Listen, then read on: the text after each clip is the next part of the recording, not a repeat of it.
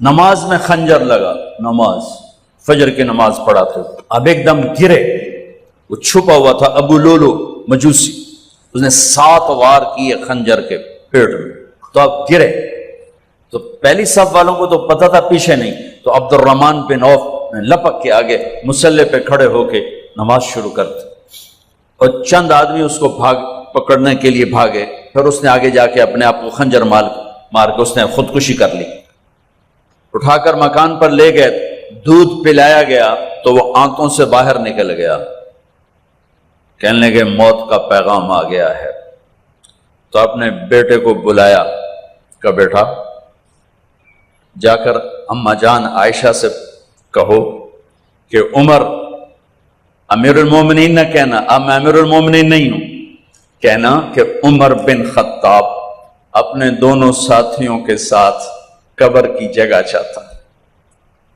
اگر مجھے اجازت مل جائے تو مجھے وہاں دفن کرنا، اگر اجازت نہ ملے تو مجھے عام قبرستان میں دفن کر دیں۔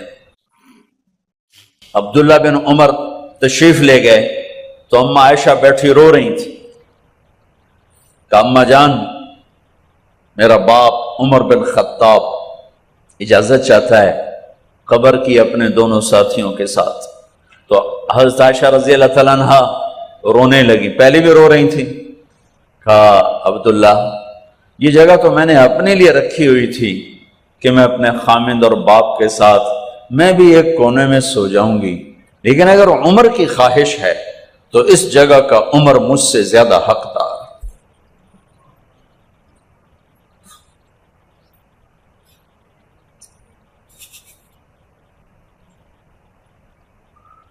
بیٹے نے آ کر کہا ابا جان مبارک ہو، اجازت ہو گئی، کہا بیٹا ہو گئی، لیکن جب میری میت اٹھاؤ تو دروازے پر جا کر رکھنا اور ایک دفعہ دوبارہ پوچھنا، ہو سکتا ہے میرے شرم میں اجازت دی ہو اور میرے مرنے کے بعد انکار فرما دیں، تو ایک دفعہ دوبارہ پوچھنا، اس وقت پہ اجازت ملے تو پھر لے جانا ورنہ واپس لے جانا۔ حضرت علی اور حضرت حسن تشریف لائے جس دن انتقال ہو رہا ہے، تو گھبراہٹ دیکھی تو حضرت علی نے فرمایا عمر موت سے ڈر گئے ہو؟ کہ نہیں موت سے نہیں ڈرا، موت کے بعد کیا ہوگا اس سے ڈر گیا۔ یہ کون کہہ رہا ہے؟ میرے بعد کوئی نبی ہوتا تو عمر ہوتا، یہ وہ کہہ رہا ہے۔ یہ کون کہہ رہا ہے؟ آپ نے کہا آج رات میں جنت میں گیا تھا، میں نے ایک بڑا خوبصورت محل دیکھا، سونے چاندی زمرد یاقوت موتیوں کا، میں نے کہا یہ کس کا ہے؟ تو مجھے کہا گیا یہ آپ کے غلام عمر بن خطاب کا ہے۔ کون کہہ رہے ہیں؟ موت کے بعد جو ہوگا اس سے ڈر رہا ہوں۔ کہ آپ مسجد میں انٹر ہوئے، مسجد میں ایسے لوگ تھے، ادھر ابو بکر تھے اور ادھر عمر تھے، ہاتھ دیو، آپ نے یوں ہاتھ پکڑ لیے، دونوں کے ایسے ہاتھ پکڑ لیے، ادھر ابو بکر ادھر عمر، کہ مجھے دیکھ رہے ہو؟ کہ جی، کہ قیامت کے دن میں ایسے اٹھوں گا کہ میرے ادھر ابو بکر ہوگا اور ادھر میرے عمر ہوگا۔ یہ عمر کہہ رہے ہیں موت سے نہیں ڈرا ہوں، موت کے بعد کیا ہوگا اس پہ ڈر رہا ہوں۔ تو حضرت علی نے فرمایا کیوں ڈرتے ہو؟ میں گواہی دیتا ہوں، میں نے کئی دفعہ اللہ کے محبوب سے سنا کہ جنت کے بڑی عمر کے، ایک تو نا جنت کے نوجوانوں کے سردار، وہ تو حسن حسین ہیں، میں نے کتنی دفعہ سنا اللہ کے نبی سے کہ جنت میں بڑی عمر کے لوگوں کے سردار ہیں ابو بکر اور عمر۔ تو آپ نے کہا قیامت کے دن گواہی دو گے؟ آپ نے کہا، حضرت علی نے کہا میں بھی گواہی دوں گا، میرا بیٹا حسن بھی گواہی دے گا۔ وہ حضرات تشریف لے گئے تو موت کی آہٹ کو محسوس کیا تو بیٹے کی گود میں سر تھا عبداللہ بن عمر کا، بیٹا مجھے زمین پہ لٹا۔ انہوں نے یہاں سے ہٹا کر یہاں سر رکھ دیا، وہ حق سنا نہیں کیا کہہ رہا ہوں، زمین پہ ڈال دیں۔ ان کا جی نہیں چاہ رہا تھا کہ کیا کہہ رہا ہوں، زمین پہ ڈالو۔ انہیں آگے کر دے، خود پیچھے اٹھ، اپنا چہرہ مٹی میں یوں رکھ لیا اور مٹی میں منہ ملنے لگے ایسے، اور کہہ رہا ہے ویل ویل لک یا عمر ان لم یغفر لک عمر ان لم یغفر لک ربک، اے عمر اگر تیرے رب نے آج تجھے معاف نہ کی تو تو ہلاک ہو۔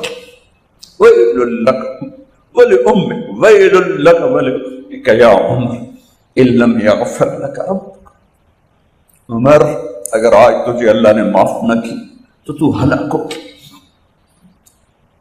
اتنے بڑے مقام والے 1,24,000 میں ایک آدمی ہے مراد، جسے مانگا گیا ایک آدمی، یا اللہ عمر دے دے میرے اسلام کی بلندی کے لیے۔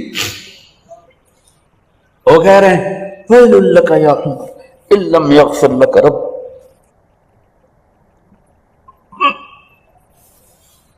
اے عمر تو برباد ہو گیا اگر تیرے رب نے تجھے معاف نہ کی۔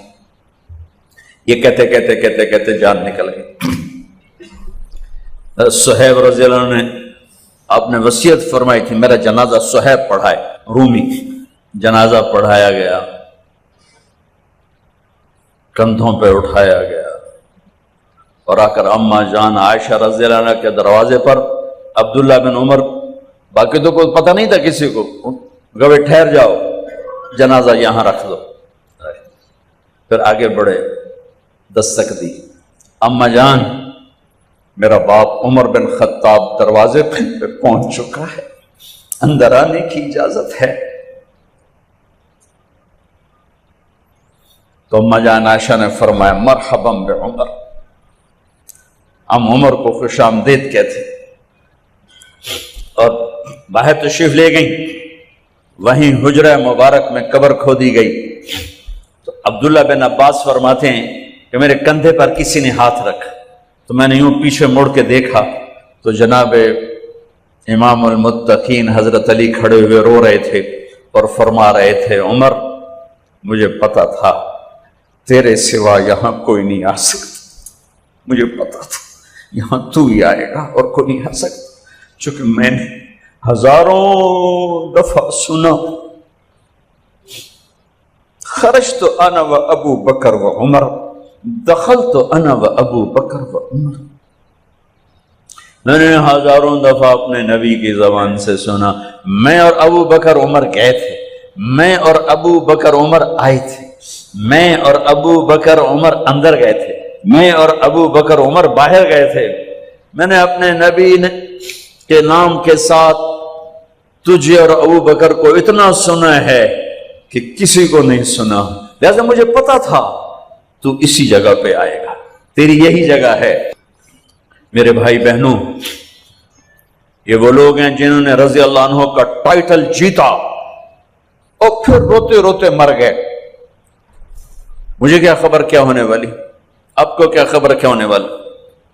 بے شک میرا رب رحیم ہے، اس کے رحم کے تو فعلی کام بنے گا، کیڑیاں تقریراں تے کیڑے علم، کیڑیاں نمازاں تے کیڑیاں تجدہ، کم تو اس کی رحمت پر بنے گا، پر یہ اعمال اس کی رحمت کو لینے کا راستہ ہیں۔ یہ بھی ٹھیک نہیں ہے کہ اللہ غفور الرحیم ہے آپ ہی معاف کرے گا، یہ یزید اور حسین کو برابر تو نہ کر، آل رسول کی بوٹی بوٹی نوچ دی جائے اس کی رضا کو ڈھونڈنے کے لیے۔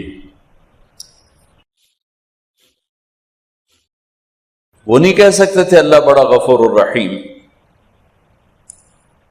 اس لیے بھائی بہنوں، معاملہ بے شک اللہ کی ذات سے ہے، بڑا کریم ہے، آنسو دیکھنا چاہتا ہے، ندامت دیکھنا چاہتا ہے۔ کون ہے جس سے گناہ نہیں ہوتی؟ کون؟ میں اسے انسان ماننے کے لیے تیار نہیں، یا تو وہ کوئی فرشتہ ہے یا نبی ہے، نہ نبی آ سکتا ہے نہ ہم فرشتے ہیں، وہ انسان ہی نہیں جس سے خطا نہ ہو۔ لہذا میں اپنے رب کی قدرت پہ قربان جاؤں، رحمت پہ قربان جاؤں کہ اس نے توبہ کے لیے نہ عمر کی قید نہ عدد کی قید. ابھی تو 60 سال کا ہو گیا ہے، 70 سال کا ہو گیا، اب تیری کوئی توبہ نہیں، آخری سانس میں آ جا قبول ہے.